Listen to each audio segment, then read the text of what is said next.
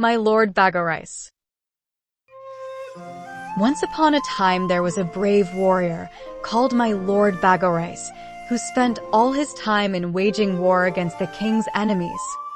One day, when he had sallied forth to seek adventures, he came to an immensely long bridge, spanning a river just at the place where it flowed out of a fine lake. When he set foot on this bridge, he saw that a serpent 20 feet long was lying there basking in the sun, in such a way that he could not cross the bridge without treading on it. Most men would have taken to their heels at so frightful a sight, but my Lord Bagorice was not to be daunted. He simply walked right ahead, squash, scrunch, over the serpent's body. Instantly, the serpent turned into a tiny dwarf, who, humbly bowing the knee, and knocking the planks of the bridge 3 times with his head in token of respect, said, "My lord, you're a man, you are. For many a weary day have I lain here, waiting for one who should avenge me on my enemy. But all who saw me were cowards and ran away. You will avenge me, will you not? I live at the bottom of this lake, and my enemy is a centipede who dwells at the top of yonder mountain. Come along with me, I beseech you. If you help me not, I am undone." The warrior was delighted at having found such an adventure as this. He willingly followed the dwarf to his summer house beneath the waters of the lake. It was all curiously built of coral and metal sprays in the shape of seaweed and other water plants, with freshwater crabs as big as men, and water monkeys and newts, and tadpoles as servants and bodyguards. When they had rested a while, dinner was brought in on trays shaped like the leaves of water lilies. The dishes were water, cress leaves, not real ones, but much more beautiful than real ones, for they were of water-green porcelain with a shimmer of gold, and the chopsticks were of beautiful petrified wood like black ivory. As for the wine in the cups, it looked like water, but as it tasted all right, what did its looks signify?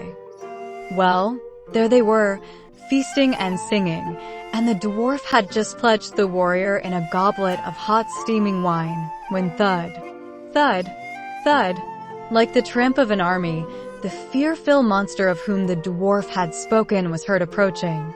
It sounded as if a continent were in motion, and on either side there seemed to be a row of 1,000 men with lanterns. But the warrior was able to make out, as the danger drew nearer, that all this fuss was made by a single creature, an enormous centipede over a mile long, and that what had seemed like men with lanterns on either side of it were in reality its own feet, of which it had exactly 1,000 on each side of its body, all of them glistening and glinting with the sticky poison that oozed out of every pore. There was no time to be lost. The centipede was already halfway down the mountain.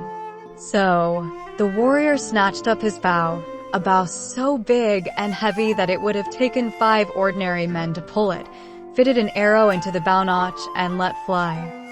He was not one ever to miss his aim. The arrow struck right in the middle of the monster's forehead. But alas, it rebounded as if that forehead had been made of brass. A second time did the warrior take his bow and shoot.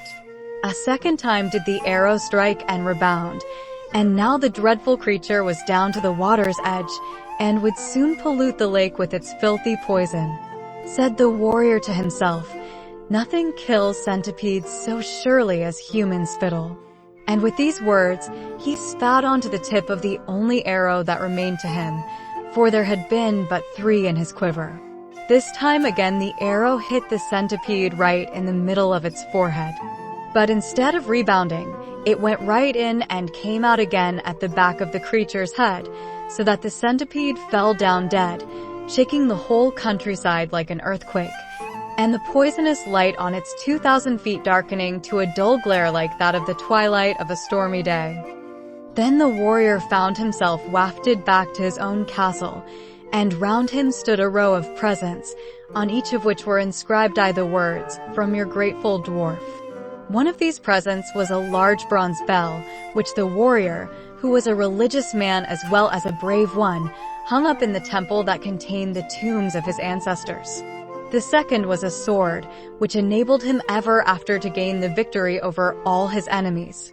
The third was a suit of armor which no arrow could penetrate. The fourth was a roll of silk, which never grew smaller, though he cut off large pieces from time to time to make himself a new court dress. The fifth was a bag of rice, which, though he took from it day after day for meals for himself, his family, and his trusty retainers, never got exhausted as long as he lived. And it was from this fifth and last present that he took his name and title of my Lord Bagorice, for all the people thought that there was nothing strange in the whole world than this wonderful bag, which made its owner such a rich and happy man.